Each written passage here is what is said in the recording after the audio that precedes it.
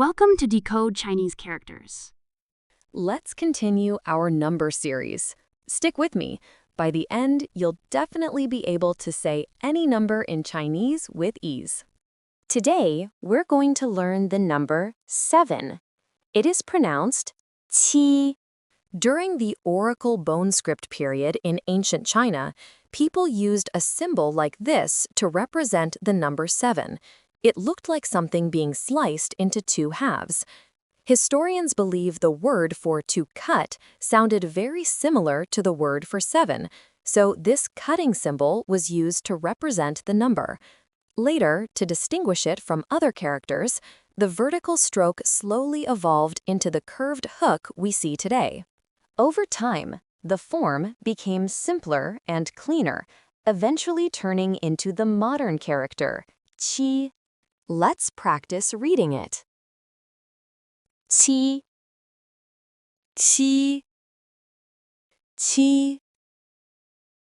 The character qi specifically refers to the number 7. You can place it in front of many words to show quantity or order. For example, 七月 means July. 七天 means 7 days. 七次 means 7 times. The character qi has only 2 strokes, a horizontal line, a vertical curving stroke. Let's learn how to write it. First, draw a long horizontal line in the center of the grid. Then, start a vertical curving stroke above it. Drop straight down through the middle of the line and sweep into a big curve to the right. Just make sure the curve bends in the right direction. Let me tell you a beautiful piece of Chinese traditional culture about the number 7.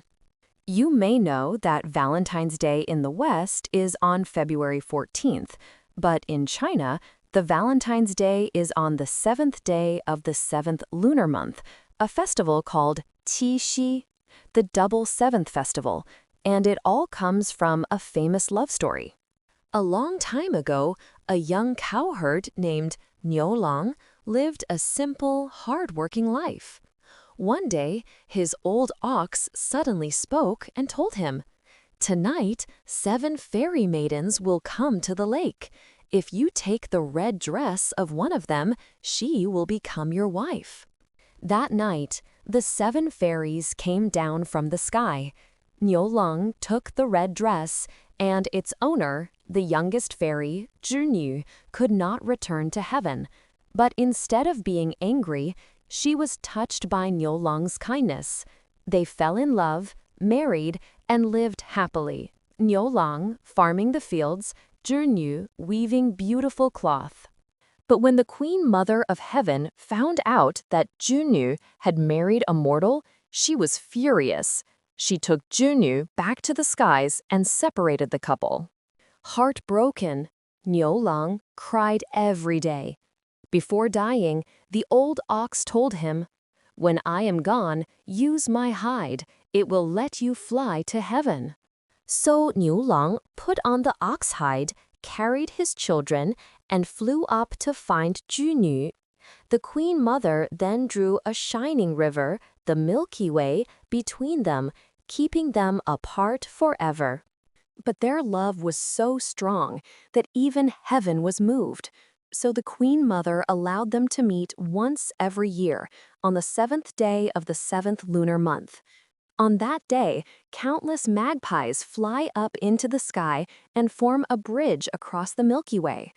Niu Lang and Zhinyu walk across this magpie bridge, finally reunited. That is how Qixi became the Chinese Valentine's Day. Do you like this story? Thanks for watching. Don't forget to like and subscribe. More Chinese character stories are coming soon.